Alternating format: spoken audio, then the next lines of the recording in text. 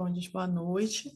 Hoje é terça-feira, dia 18 de fevereiro de 2025, e a gente vai ter a palestra da Viviane Murila, que faz parte do nosso Centro Espírita no Meio Quitton Society, e a palestra dela hoje vai ser o Evangelho, a Árvore Divina. E nossa amiga Marisol vai fazer a leitura da página inicial, seguida da prece.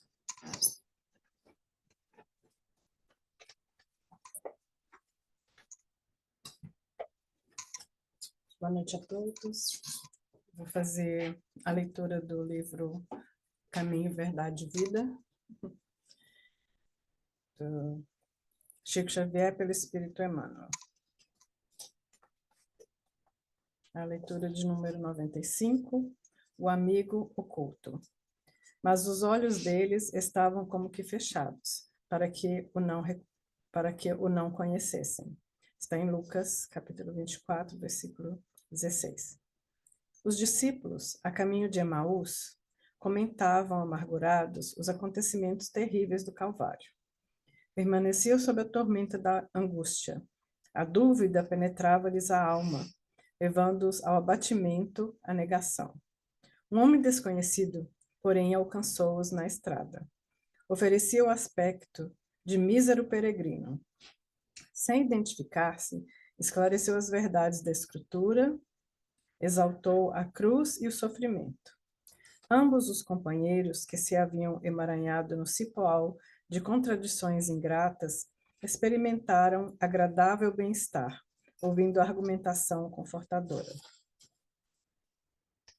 Somente ao termo da viagem, em se sentindo fortalecidos no tépido ambiente da hospedaria, perceberam que o desconhecido era o mestre.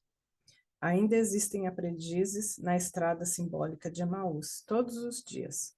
Atingem o Evangelho e espantam-se em face dos sacrifícios necessários à eterna iluminação espiritual. Não entendem o ambiente divino da cruz e procuram paisagens mentais distantes. Entretanto, chega sempre um desconhecido que caminha ao lado dos que vacilam e fogem. Tem a forma de um viandante incompreendido, de um companheiro inesperado, de um velho generoso, de uma criança tímida. Sua voz é diferente das outras, seus esclarecimentos mais firmes, seus apelos mais doces.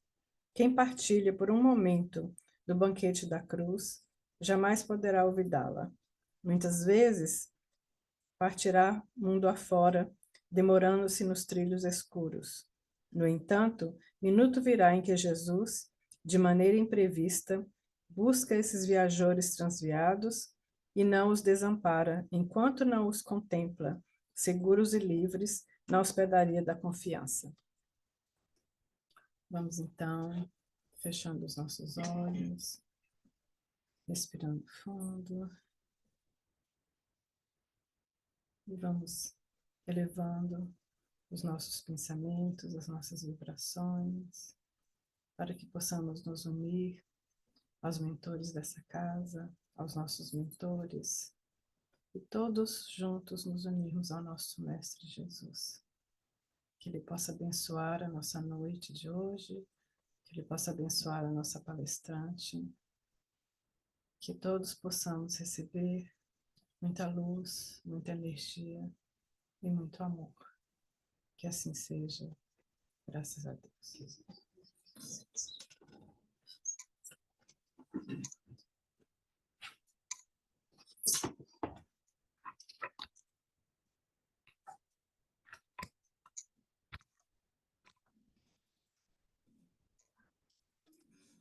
Boa noite, então, a todos, presentes, virtuais, e aos que, porventura, escutarem essa fala no outro momento.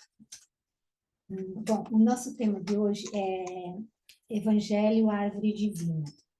E nós vamos refletir baseado num apólogo, que é um conto com um ensino moral, né? Isso que é um apólogo. E que ele está no livro Contos e Contos, ditado pelo irmão X, que a gente sabe é o espírito Humberto de Campos, né? E psicografado por Chico Xavier. Esse conto ele está no capítulo 12. Então, chama-se A Árvore Divina. Ante nossa acalorada conversação para definir o testamento de Jesus Cristo, o ancião de olhos lúcidos, complacente e humilde, esclareceu.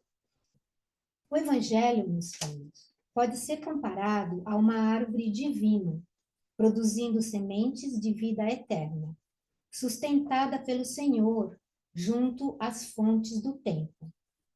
Todos os viajores humanos que se abeiraram dela aproveitaram-lhe os dons de maneira diferente. Então, o que ele está fazendo? Ele está comparando o Evangelho de Jesus a uma árvore divina, né? Ele chama essa árvore de árvore divina, que é o Evangelho. E ele coloca que nós, espíritos encarnados, ele chama os viajores humanos, né? Nas nossas diversas encarnações aqui, né? E ele diz que nós usufruímos do Evangelho de maneiras diferentes, né? Cada um de nós vai se colocar perante o Evangelho de maneira diferente, tá? E ele vai discorrer sobre isso ao longo do conto. Então, ele continua. Adorou a um sacerdote, colheu-lhe preciosa tinta na seiva e escreveu muitos livros, expondo seus pontos de vista com referência à soberana lei, tornando-se, por isso, poderoso condutor de almas. Apareceu um filósofo e consagrou-se ao exame de suas menores particularidades, pondo-se em atitude de interminável indagação. Visitou-a um geneticista que se revelou fascinado pela ofuscante luz de suas raízes, mergulhando-se em estudos complexos, sem cogitar das horas. Então, a Bíblia, ela é o livro mais vendido e mais lido no mundo. Na Guinness, o livro Guinness, né, de recordes fala isso, e outras estatísticas também mostram isso, né? O número é imenso. Então, não há dúvida, né, que há várias interpretações, vários estudos, análises, comentários, questionamentos em cima do conteúdo da Bíblia, né? Seja o Velho ou o Novo Testamento, hoje nós vamos focar no Novo Testamento, mas e assim, mas a questão é assim, é que muitas vezes nós ficamos só nisso, só nessa leitura, nesse questionamento, no estudo, né, que é digno, e nós não absorvemos realmente os ensinos que estão no Evangelho para nós, né, na nossa vida. E o conto continua. Procurou-a um pregador de frases corretas e escalou-lhe o tronco, improvisando nele luminosa tribuna em que passou a ensinar o roteiro do bem aos caminhantes. Então, quantas vezes, né, e quantos de nós não conhecemos muito bem o Evangelho, seu conteúdo de cor, né? Algumas pessoas têm essa capacidade, e dentro mesmo das várias vertentes cristãs que existem, né? Mas se utilizam da boa oratória para ensinar e para pregar o conteúdo do Evangelho, né? Aí continua. Aproximou-se um pastor e retirou-lhe pequeno ramo que transformou em vara disciplinadora para as ovelhas. Então, nós podemos realmente encontrar nas páginas do Evangelho bastante roteiro de disciplina para nossas vidas.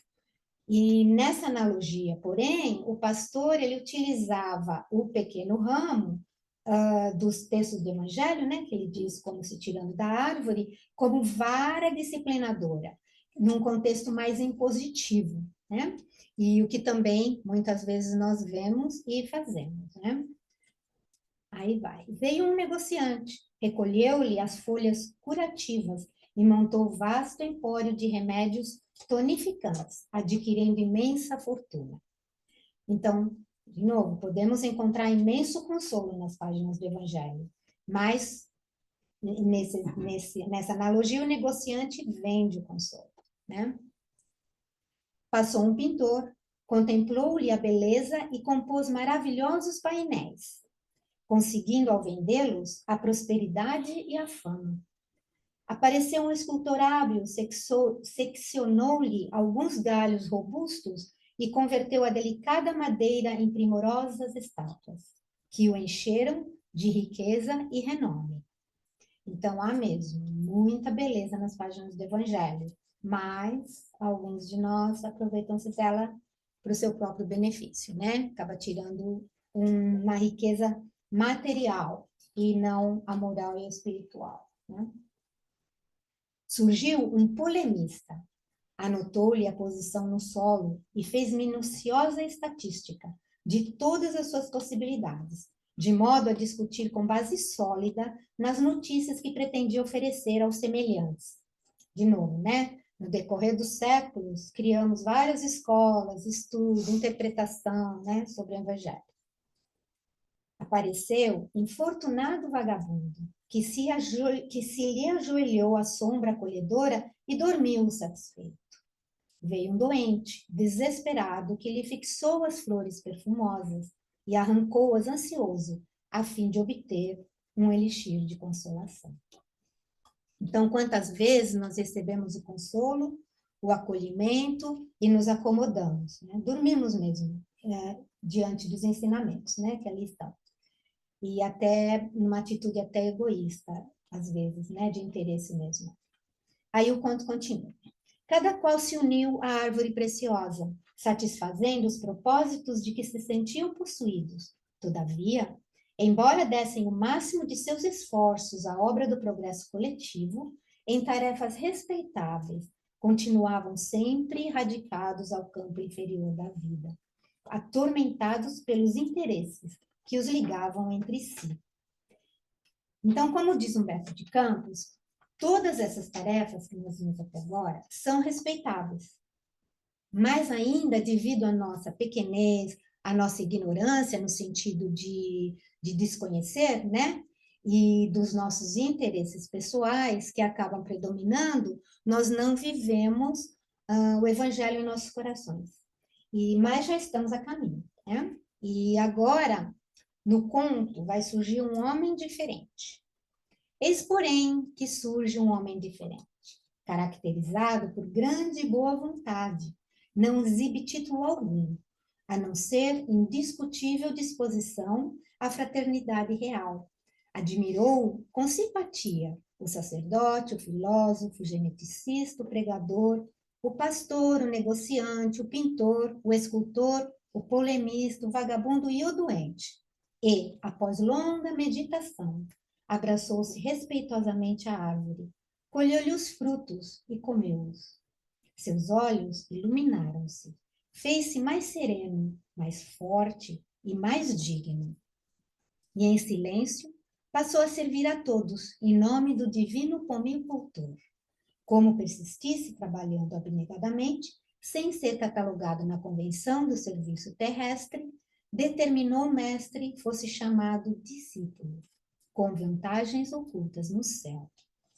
Então, esse homem diferente, ele observou e aprendeu com todas aquelas posturas, né, que foram citadas, respeitou-as, mas ele agora já estava pronto para mudar de atitude e nutriu-se dos frutos do evangelho, alimentando-se de seus ensinamentos e realmente transformando-se internamente. Né? Como diz no texto, e assim seus olhos iluminaram-se, fez-se mais sereno, mais forte e mais digno, e em silêncio passou a servir a todos, em nome do divino pomicultor. Então, pomicultor é quem cuida de um pomar, né?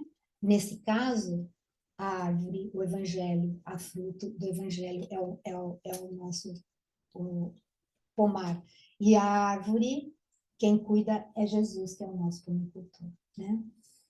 Ele oferece essa árvore para nós, divina, que é o evangelho. Então, nós já cometemos muitos equívocos, né, nas nossas vidas por aí, mas nós podemos também nos transformar a qualquer momento. E nosso referencial para isso sempre deve ser o Evangelho de Jesus, né? E essa é uma mensagem importante para nós, né? Que um dia chegaremos nesse estágio e nos alimentaremos dos frutos abençoados do Evangelho e silenciosos e sinceramente sermos servidores de Jesus, seremos todos nós, né? Já somos, mas nós seremos ainda de coração mesmo, né? Seus verdadeiros discípulos. E aí o conto termina assim. O velhinho interrompeu-se, sorriu e rematou. Segundo reconhecemos, o Evangelho permanece entre nós. Em derredor de sua claridade, porém, toma cada aprendiz o título que deseja. E antes que pudéssemos interpelá-lo para mais amplo esclarecimento do apólogo, fez significativo gesto de adeus e seguiu adiante. Então, o conto, ele, de novo, né, nos faz entender o Evangelho como essa árvore divina cultivada pelo divino pomicultor Jesus. É uma árvore abençoada, à disposição de todos nós. E se a gente pensar, mesmo antes dele ser escrito pelos evangelistas, nós já o tínhamos na voz de Jesus e principalmente nas suas atitudes, porque o mestre não ficou só na teoria, né? Ele realmente praticava tudo o que ele pregava, né? E, na verdade, ele mesmo não escreveu nada, né? Mas da maneira como ele viveu, todos os ensinamentos que ele passou, é o melhor exemplo, né? Que a gente pode ter. Então, nós podemos também, nesse raciocínio, né, de todas essas posições perante o Evangelho, a gente pensar que somos nós, espíritos eternos em evolução, passando por essas fases todas, né? Passando por todas essas posturas perante o Evangelho, ao longo das nossas encarnações, na nossa vida como espírito em evolução. Então, nós já fomos, ou podemos ainda ser também, né? Acho talvez negociantes, filósofos, pintores, polemistas, né? Do Evangelho. E assim, nós e assim outra coisa que acontece também, a gente às vezes numa mesma encarnação, né, se for pensar nesse raciocínio, a gente, por exemplo, estudamos aqui o Livro dos Espíritos, né? Muitos de nós já estudamos antes o Livro dos Espíritos, mas às vezes a gente está ali, lê aquela pergunta, resposta, parece que é a primeira vez que a gente está vendo aquilo. Por quê? Porque a gente está vendo aquilo de maneira diferente que a gente viu antes, né? E é assim. Então, é um amadurecimento que a gente vai tendo ao longo dessa nossa busca, né? Desse nosso estudo, dessa nossa procura, né? Desse nosso caminho, principalmente com relação ao estudo do Evangelho e das lições de Jesus. Então, nós escutamos, né? Que muitas pessoas que conviveram com o Chico Xavier diziam que ele andava com o evangelho debaixo do braço, né? Não sei se alguém já escutou isso. Assim, modo de falar, né, dentro do bolso, não sei. Mas disse que era muito comum vê-lo lendo o evangelho, segundo o Espiritismo, no caso, né? O conto foca mais no Evangelho Novo Testamento, mas o Chico era mais o Evangelho segundo o Espiritismo. E se alguém fizesse alguma pergunta para ele, contasse alguma coisa, perguntasse para ele, que ele ia lá buscar a resposta no Evangelho e conversava uma passagem do Evangelho com a pessoa, né? Você escuta pessoas que conviveram com ele contarem isso. E nesse livro aqui, é Obreiros de Vida Eterna, é da série de André Luiz, psicografado por Chico Xavier, né? O capítulo 3 do livro chama O Sublime Visitante. Ele é o André Luiz e outros companheiros dele, né? E com o benfeitor Cornélio, eles estão no Santuário da Bênção, em Nosso Lar. E eles estão aguardando a visita de um emissário das esferas superiores. O nome dele é Asclépios. E na descrição, quando Asclépios chega no local, a descrição de André Luiz, ele fala, uma das coisas, ele fala assim, ele narra, né, que ele tinha em uma das mãos pequeno rolo de pergaminhos brilhantes. disse que era iluminado, assim, saiu uma luz daquele rolo de pergaminho, assim. E ele faz uma fala, né, o Asclepios, o benfeitor, e depois é pedido, o benfeitor Cornélio pede para ele se ele podia responder algumas perguntas das pessoas presentes ali assistindo, né, a fala dele, a palestra dele. Aí ele concorda, ele diz que sim, que ele tem tempo para responder. Aí os espíritos, né, que eram todos trabalhadores de nosso lar, e geralmente com trabalhos de intermediação aqui conosco, né, aqui na Terra, na crosta terrestre, ou trabalhos não necessariamente em centros espíritas, né, ou então nos ajudando em algumas das situações com nossos companheiros, né, então, eles começam a fazer as perguntas, né? Então, eles contavam aquele caso longo, né? Um drama das situações, assim, que eles estavam vivendo, e sempre com dificuldades de lidar conosco, assim, né? Muitas vezes, e que são muito parecidas com as nossas situações, assim, sabe? Com os nossos dramas, né? A maneira como a gente vê, às vezes, as situações, as coisas, né? E era interessante porque, assim, eles explicavam em detalhes, né? Aí diz assim, aí são palavras de André Luiz. O benfeitor ouvia, paciente e bondoso, revelando grande interesse e carinho na expressão fisionômica. Então, o benfeitor, com uma paciência, escutava, né, aquela história. Aí ele escutava com carinho e atenção a todos, e ele pegava, retirava uma folha desse pergaminho, e disse que a folha ele posicionava de tal maneira que ficava visível assim para todo mundo ler, né? E saía uma luz assim daquela página. Aí todas as respostas eram um versículo do Evangelho, simplesmente um versículo do Evangelho. E aí todos liam, né? Aí o benfeitor falava uma fala bem breve assim, duas frases só, como que comentando a passagem, né? E pronto. Né? Aí isso se repetiu para todas as perguntas. E ele tirava aquela página que era o versículo do Evangelho. Aí as passagens, né, só para ter uma ideia, assim, né, eram passagens como assim, por exemplo, do Evangelho de Mateus, capítulo 5, versículo 44. Eu, porém, vos digo, amai a vossos inimigos, bendizei os que vos maldizem, fazei bem aos que vos odeiam, e orai pelos que vos perseguem e caluniam. Essa, da epístola de Paulo, por exemplo, né, aos Tessalonicenses, quanto, porém, à caridade fraternal, não necessitais de que vos escreva, visto que vós mesmos estáis instruídos por Deus, que vos ameis uns aos outros. Então, pelo versículo, dá para imaginar as situações, né?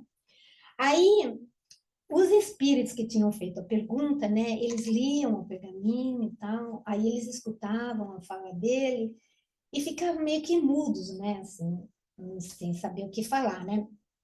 Aí disse que ficou até, o André Luiz narra que ficou meio que um clima assim, meio tenso, meio assim, sabe?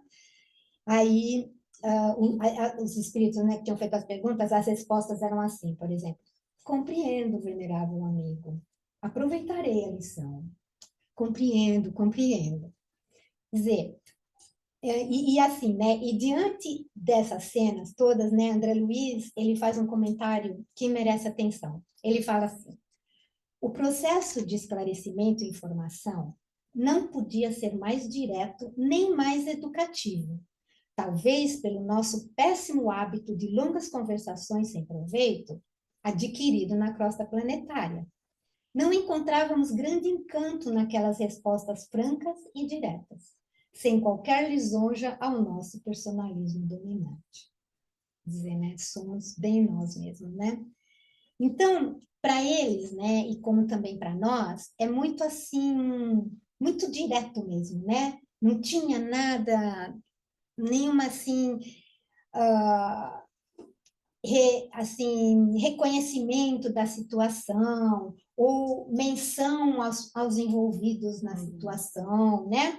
Era simplesmente, né, a resposta estava no Evangelho, né? E qual que eram as recomendações para a nossa mudança perante as situações, né? E as atitudes, a maneira como a gente tem que se comportar, está ali, é aquela resposta do Evangelho, né? Então, agora, para a gente ainda tentar visualizar um pouquinho mais, né, como que seria esse processo de alimentar-se daquele fruto da árvore do Evangelho e como que um discípulo deve fazer, né? Nós vamos ver aqui uma fala de Vitor Hugo Menino, eu não sei se talvez não conheçam, mas ele é um espírita do Brasil, ele é muito novo, tem uns 25, 26 anos, mas a fala dele é respeitável. E num congresso espírita de Uberlândia, que eles chamam de CEL, em 2023, o tema era sobre o Evangelho. E ele foi chamado à parte, né, e fizeram tipo uma entrevista um a um, assim, né, com ele. E uma das perguntas que o repórter fez para ele foi essa: quais lições da obra, o Evangelho, né, que colocadas em prática no dia a dia podem auxiliar na nossa condição atual? Vou tomar um pouquinho de água.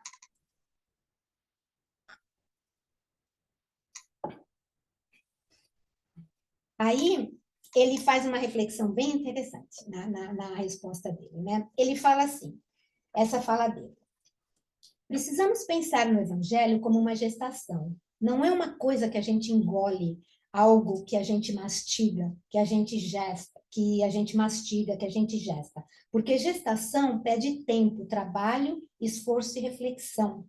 Por isso, Alcione, que é uma das personagens do livro Renúncia de Emmanuel, né, a principal personagem do livro, vai dizer que o Evangelho precisa ser conhecido, meditado, sentido e vivido. A gente pode dizer que os 3 primeiros são o processo de gestação: o conhecer, o meditar e o sentir.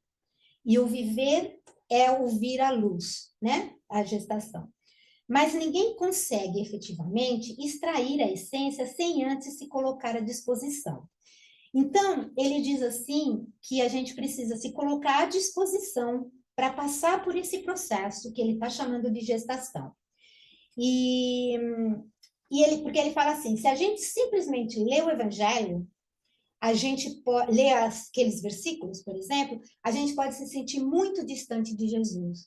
E, na verdade, o objetivo do Evangelho é nos aproximar de Jesus e não nos distanciar.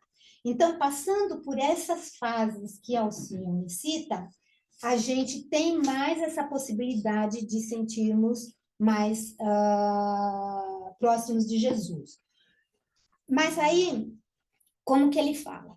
Ele agora fala dele de novo. Então, a gente deve ir para a lição com uma outra consciência, porque a gente está diante do alimento. Porque a gente primeiro enxerga, conhece, é o primeiro contato. Mas não só olhar, conhecer. A gente coloca na boca, que é meditar. A gente começa a mastigar, a deixar as coisas menores, deixar que aquilo comece a fazer parte do nosso coração. Precisa reverberar, passar pelas janelas da nossa alma. A gente começa então a mastigar, o alimento começa a entrar. Começamos a sentir a partir do momento que ele vai entrando, até chegar ao ponto que a gente começa a digerir, que é a vida, é o viver, é a última fase, né? Porque a gente sente a força que aquele alimento tinha a nos oferecer, que é o que aconteceu com o homem diferente do conto. Então, ter contato com essa obra, o Evangelho, com essa grande chave da vida, é uma oportunidade extraordinária, mas que pede consciência e maturidade para que a gente possa penetrá-la como quem deseja gestar o que a gente é e para onde Jesus deseja nos conduzir, né? Então, dessa maneira que Vitor Hugo explica o processo de gestação e de digestão, a gente faz essa analogia com o conto, né? O que significa comer aquele fruto que o homem diferente chegou nesse ponto, entendeu que era isso, né? Que ele precisava fazer. E nesse material não falta para a gente estar construindo essa ponte. né? É o que a gente faz aqui, é esse estudo, essa discussão de cada pergunta, essa leitura das mensagens. Emmanuel, né? Ele tem uma compilação que chama Evangelho por Emmanuel. São 7 livros só de comentários de versículos do Evangelho, de suas mensagens. E, às vezes um versículo tem 2, 3 mensagens comentando o mesmo versículo.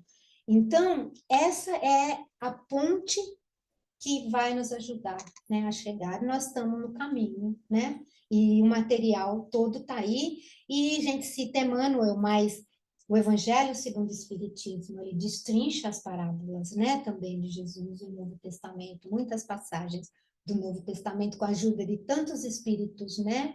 A equipe do Espírito da Verdade e Joana de Ângeles e todos esses espíritos, né, que estão por aí ajudando a gente a fazer a construir essa ponte e chegar a comer esse fruto, né? E a gente chega lá. Agora, só para a gente terminar, então, né, essa nossa reflexão, seria isso a nossa fala, nós vamos ler uma passagem desse livro do Pão Nosso, né? Que é Emmanuel, com psicografia de Chico Xavier, né? E o nome da lição é Em Preparação, e é um resumo da parábola, do conto e da nossa fala aqui de hoje. Vou ler o versículo também que ele comenta, que é Hebreus, capítulo 8, versículo 10. Diz o Senhor: porei as minhas leis no seu entendimento, e em seu coração as escreverei. E eu lhes serei por Deus, e eles me serão por povo. Traduziremos o Evangelho em todas as línguas, em todas as culturas, exaltando-lhe a grandeza, destacando-lhe a sublimidade, semeando-lhe a poesia, comentando-lhe a verdade, interpretando-lhe as lições, impondo-nos ao raciocínio, aprimorando o coração e reformando a inteligência, renovando as leis, aperfeiçoando costumes e aclarando caminhos. Mas virá um momento em que a boa nova deve ser impressa em nós mesmos, nos refolhos da mente, nos recessos do peito, através das palavras e das ações, dos princípios e ideais, das aspirações e das esperanças, dos gestos e pensamentos, porque, em verdade, se o céu nos permite espalhar-lhe a divina mensagem no mundo, um dia exigirá nos convertamos em traduções vivas do Evangelho na Terra. Então, vamos encerrar, né, com uma prece, agradecendo ao Mestre Jesus por todos esses ensinamentos, pelos seus exemplos, pelas suas falas, por todos os benfeitores que nos enviou para colocar tudo em escrito e que continuam com todo esse material. Chegaremos, Senhor, um dia a ser seus verdadeiros discípulos. Que agradeçamos, assim, de coração, aos mentores dessa casa, a nossa querida Neném, e ao Mestre Jesus, e a Deus, nosso Pai. Que assim seja.